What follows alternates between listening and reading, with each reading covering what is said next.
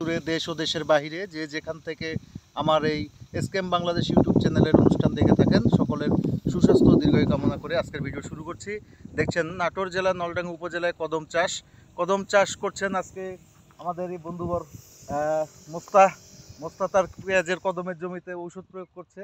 আমরা এসেছি মোস্তার জমিতে। তার কদমের গাছগুলো কিন্তু অনেক বড় বড় হয়ে গেছে অলরেডি। আজকে কি 1 মাস পার হয়ে গেছে নাকি কয়দিন বয়স?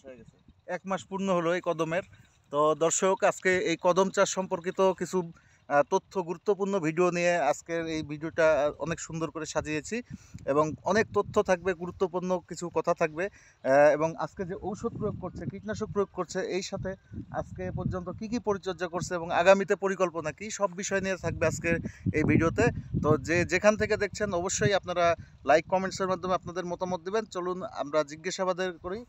মোস্তা, কেমন আছো তুমি? আলহামদুলিল্লাহ ভালো আছি। তুমি কদম চাষ করছো, গত বছর করছিলে?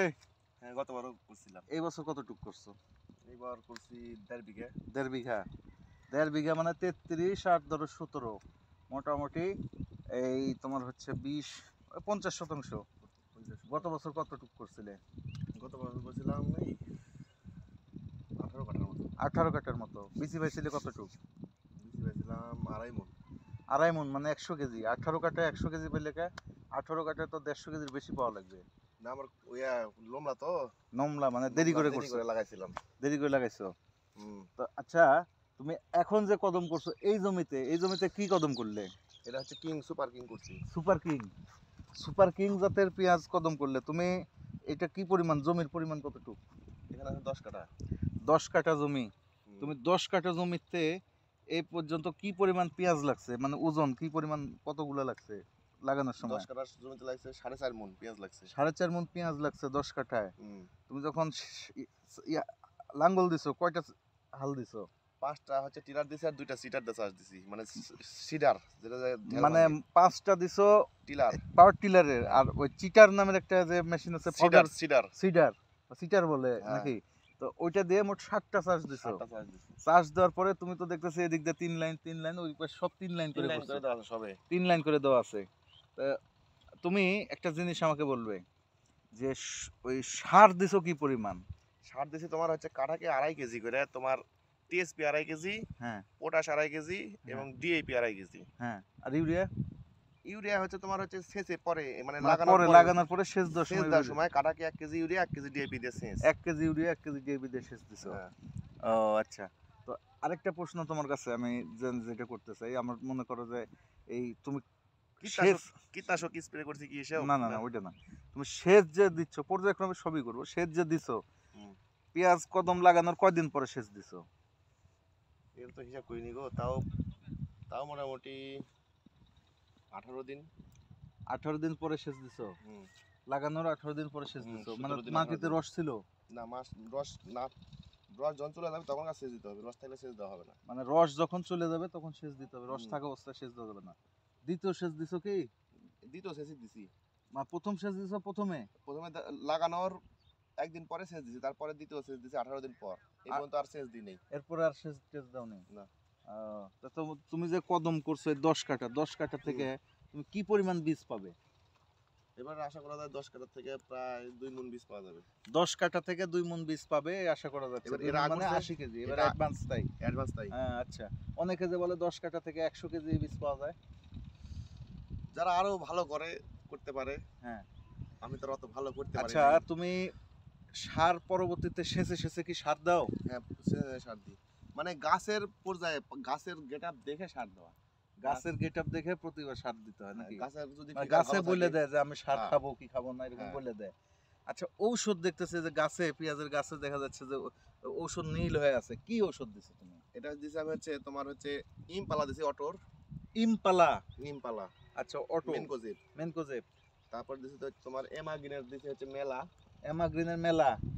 হ্যাঁ, তারপরে দিছি হচ্ছে মাহবুব, এদিকে এসো। তারপরে তোমাকেই দরকার। হ্যাঁ, তারপর দিছি হচ্ছে এমাগ্রিনের পার্ক। তারপরে দিছি তোমার হচ্ছে জিরালাক্স দিছি সিটেডের। আচ্ছা, জিরালাক্স 72 গ্রুপ, 72 WP আর ম্যাকডোনাল্ডের হচ্ছে নইন দিছি। ম্যাকডোনাল্ডের নই।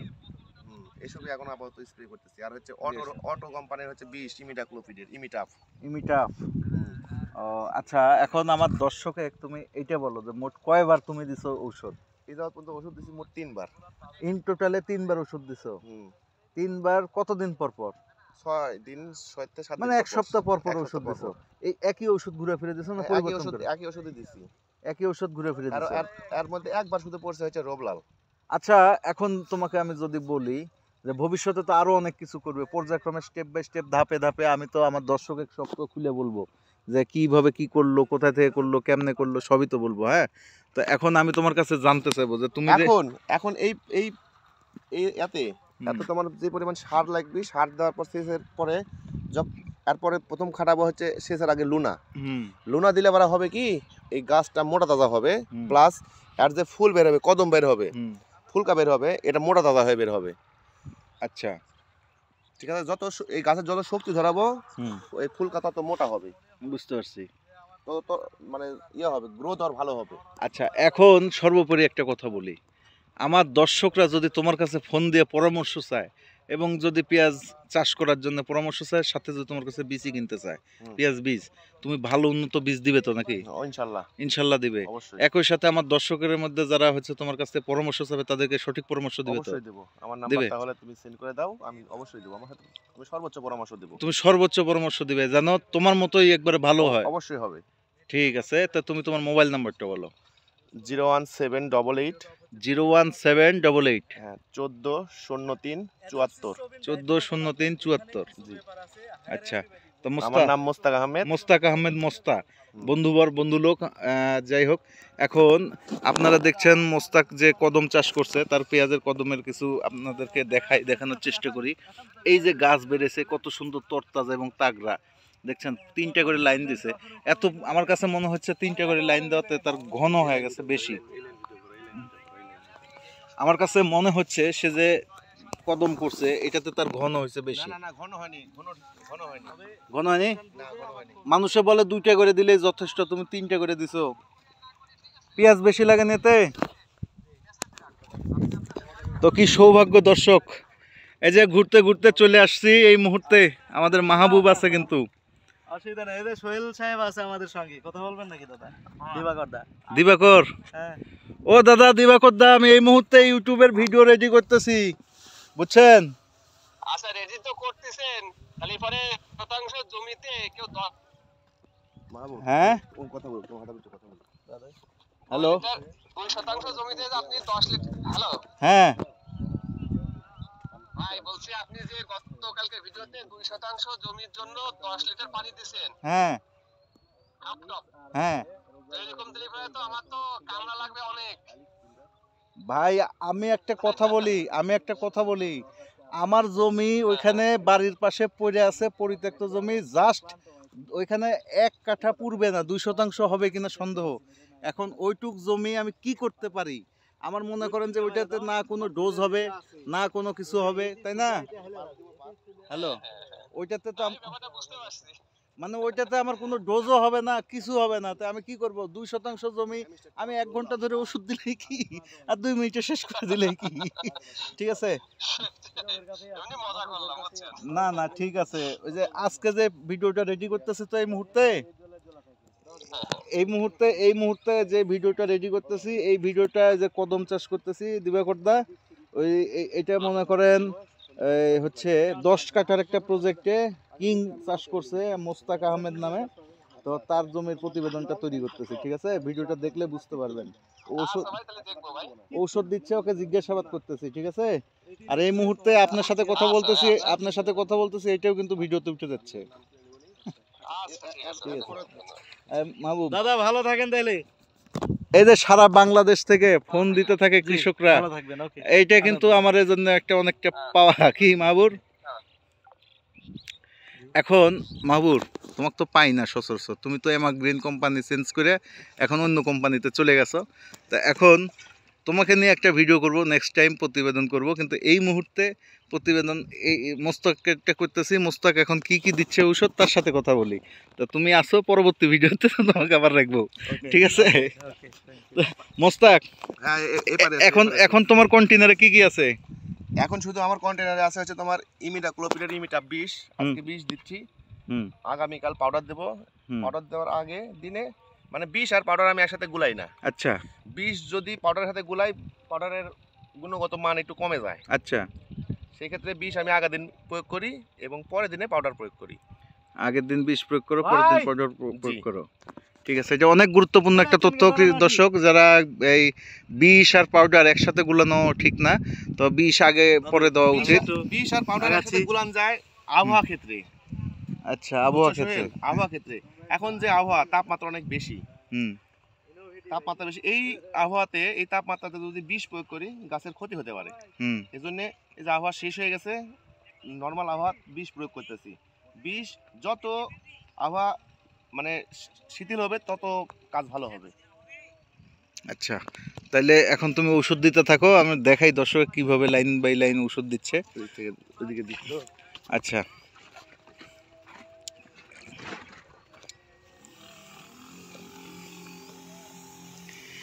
এই যে কত সুবিধা ঔষধ প্রয়োগের ক্ষেত্রে।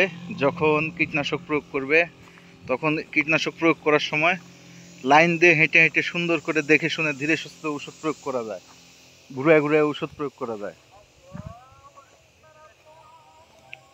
দিবাকর দা, আপনাকে বলে রাখি, দেখেন মানুষ 5 বিঘা জমি হলেও একজনেও কীটনাশক প্রয়োগ করে শেষ করে দেয়। আর আপনি বলেন কি যে আপনি যেভাবে ওষুধ দিচ্ছেন আমার তো সারাদিন লেগে যাবে।